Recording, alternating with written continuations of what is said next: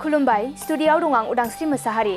बासबारि रंजालि बैसागु फोरबो फालिथाय आफादा बासबारि गोजौसिन फरायसालिनि गुवार गेलेग्रा फोथाराव खुंगा 10थि रंजालि बैसागु फोरबो फालिदों। गुबुन गुबुन जायगाफोराव फालिनाय बायदिनो क'क्राझार जिल्ला बतझर हालामनि बासबारियावबो रंजालि बैसागुखौ रंजा बाजा गाजा गोमजायै खुंनाय जादों। नोंगौ बैसागु फोरबो फालिनायजों लोगोसे फुं समाव हारिमुनि फिरफिला बिरहोयो, लोगोसे फारियै थुनलाइयारि बादायनाय गेलेमु बादायनायफोरखौ नुनो मोननाय जादों। लोगोसे मोनसे मेहेरगोनां बैसागु बोथोरखौ लानानै सावरायमेलबो लानाय जादों। सावरायमेलखौ बेखेवना होयो बासबारि दख'रा एबसुनि बोसोनगिरि दीपक कुमार हाज'वारि बिथाङा। लोगोसे थांखिजानाय आलासि महरै बाहागो लाफैयो बारग' एमएलए मानगोनां बनेन्द्र कुमार मोसाहारिया। बेजों लोगोसे बाहागो लाबावो साहित्य एकाडेमि बान्था मोनगिरि अम्बिकागिरि हाज'वारिजों लोगोसे गोबां मेलेमजिबि समाजारि सुबुंफोरा लोगोसे रायजो राजाफोराबो बाहागो लानानै मेहेरगोनां खालामफैयो। मख'जाथावदि थांनाय 2024 मायथाइयाव साहित्य एकाडेमि बान्था मोनगिरि अम्बिकागिरि हाज'वारिखौ बरायो जथायै बासबारि गुदि बर' थुनलाइ आफाद आरो बासबारि दख'रा दुलाराय बर' फरायसा आफाद लोगोसे बतझर जिल्ला बर' हारिमु आफादा बनेन्द्र कुमार मोसाहारि आरो खुंफुं आफादनि आफादगिरि बिथांमोना जोंनि खौरांगिरिनि सिगाङाव मा फोरमायखो फैजों मिथिना लानि। खुब मोजां जादों। बोसोरे बोसोरे खुङै खुङै 10थि बोसोराव देग्लाय आगान होबाय। देग्लाय बिसेसकरि बेनि थाखाय मोजां मोनदों जे गामिनि साफ्रोमबो गावबुरा जोंनि बे एलेकायाव 18टा गामि दं। 18टा गामिनि गावबुराफ्रा नुजाफैजोबदों आरो रायजो राजाफ्रा गोबां रायजो राजायानो दिनै बाहागो लाफैदों। दा बेखायनो देग्लायनि बैसागु खुंनाया थांनाय बोसोरनिफ्राय साबसिन जादों होननानै आं बुंनो नागिरदों आरो आसा खालामदों इयुनावबो बेनिफ्राय मोजांसिन जागोन बेखौनो आसा खालामो। दा दिनैनि बे बैसागु खुंफुं आफादनि जानानै जे आफादगिरि बिथाङा जे बेहाय रायजो राजाखौ लानानै मोजाङै खुंनो हादों, बिनि थाखायनो बैसागु खुंफुं आफादनि आफादगिरिखौ आरो साफ्रोमबो मावथि हान्जा बा कमिटिनि सोद्रोमाफोरखौ आं गोसो सिंनिफ्राय गोसो गोरबोनिफ्राय साबायखर होनाय जादों। गोदोनि बैसागु फालिनाय आरो दानि बैसागु फालिनायाथ' बहुद दिफारेन्सआनो जाहैबाय। स्टेजाव लाबोनायाथ' नै बारा गोबाव जायाखै। मथा मथि दुलाराय बर' फरायसा आफादनिफ्राय नाजानानै आं नुनो मोनदों जे बिथांमोननि नाजानायावनो दिनैहाय जोंनाबो स्टेजाव फैदों। दा स्टेजाव फैनाय लोगो लोगो जों बैसागुनि सम्पर्के बैसागुनि जे गोनांथि दं, बे गोनांथिनि सम्पर्के आल'सना खालामनानै जोंहा बैसागुखौ एक्जाक्टलि जों खालि रंजानायाल' जोंनि खामानि ना बैसागु फालिनायाव जोंहा माबाफोर मोनसे मावनांगौ दङ, बेफोर जिनिसखौ आल'सनानि गेजेरजों रायलायलायनानै मोजाङै समाजखौ सुस्रांनाय लोगो लोगो जोंनि हारिमुखौबो जों जौगाखांनायनि जे मोनसे लामा बेखौ माने नुहुरनाय जादों आरोखि बे बैसागु स्टेजाव फैनाय लोगो लोगो।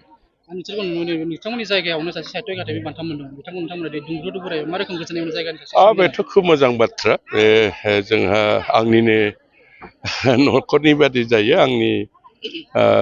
आंनि हिन्जाव उषा हाज'वारिनि फंबाय अम्बिकागिरि हाज'वारि नै बावैसो साहित्य एकाडेमि मोनदों। दा बेखौ लानानै जोंनि बतझर तथा बासबारि ओनसोलनि रायजो राजाफ्रा खोब मोजां मोनदों।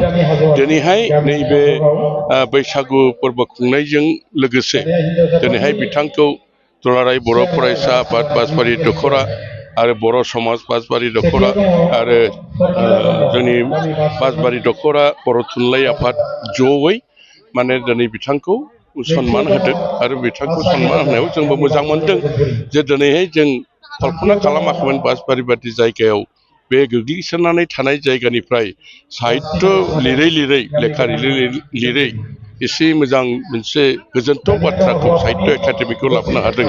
बिनि थाखाय जों ओनसोलनि रायजो राजाफ्रा गावखौनो खोब देरगानाय मोनदों। बासबारि ओनसोलाव 10थि गोथार रंजालि बैसागु फोरबोखौ मोजाङैनो मोजां जोङो खुंफुंलांबाय। दा बे जोंनि खुंफुंनायाव बिसेसकरि जोंनि ओनसोलनि बा जोंनि नैबे दुलाराय बर' फरायसा आफाद बासबारि दख'रानि आफादगिरि नेहाथारजों लोगोसे गासिबो मावथिफ्रानो दिनैनि बे खुंफुंनायखौ बिथांमोनहा गोसो गोथारै मावनानै मोजाङै मोजां फोजोबनो हादों। आं बिनि थाखाय जोंनि दुलाराय बर' फरायसा आफाद बासबारि दख'रानि आफादगिरिजों लोगोसे गासिबो सोद्रोमाफोरखौ आंनि गोसोनि साबायखरखौ बावदों आरो लोगोसे जोंनि बे ओनसोलाव थानाय गावबुरा सन्था बा जोंनि समाजनि मानसि जोंनि ओनसोलाव जेसेबांनाखि आफाद दं बे आफादनि मानसिफ्रा फैनानै लैहोर लैहोर फैनानै दिनैनि बे रंजालि बैसागु फोरबोखौ फालिनायनि थाखाय आङो बिथांमोनसिमबो साबायखर बावनाय थाबाय।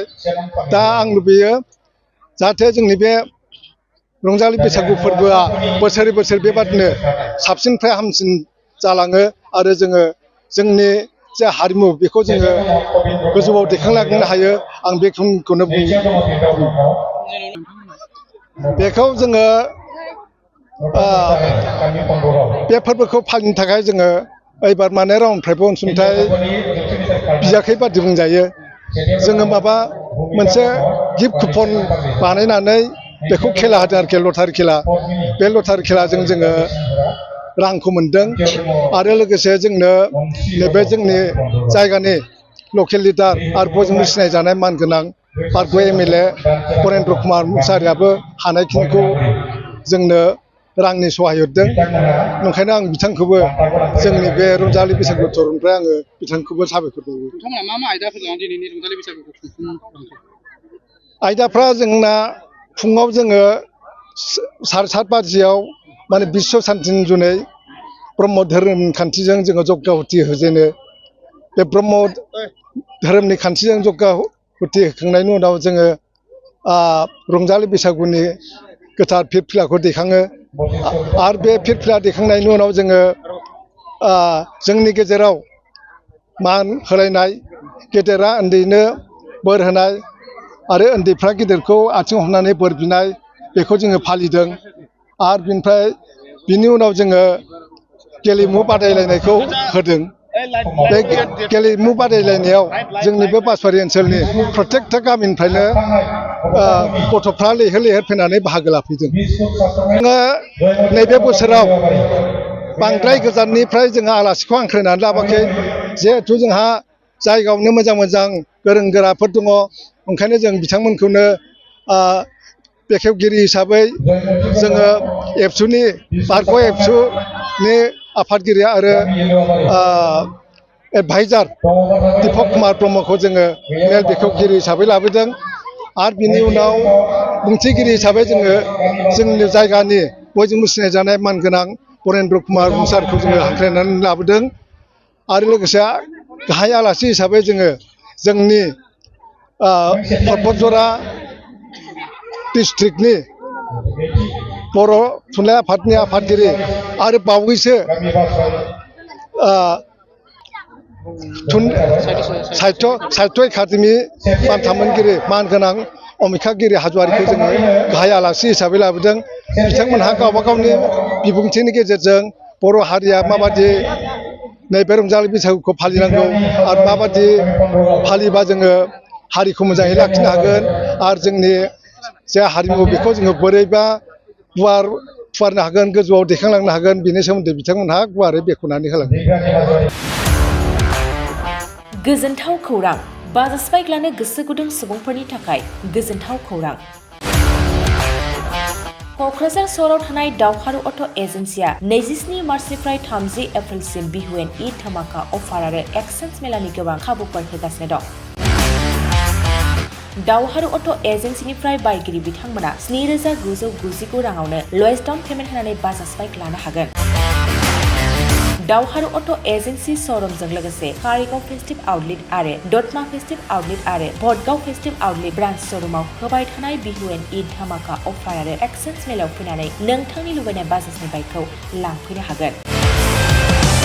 बाजाजनि बाइक सालायनो मोजां मोनग्रा रायजो राजाफोरनि थाखाय दावहारु अट' एजेन्सि श'रुमा बेनि अनगायैबो गोबां मोजां अफार लाबोदों। बेफोर अफारफ्रानो जाबाय जेरै helmet free, 2 litre petrol free आरो गासैबो मडेलनि एक्सचेन्ज खाबुआ एभाइलेबल जागोन।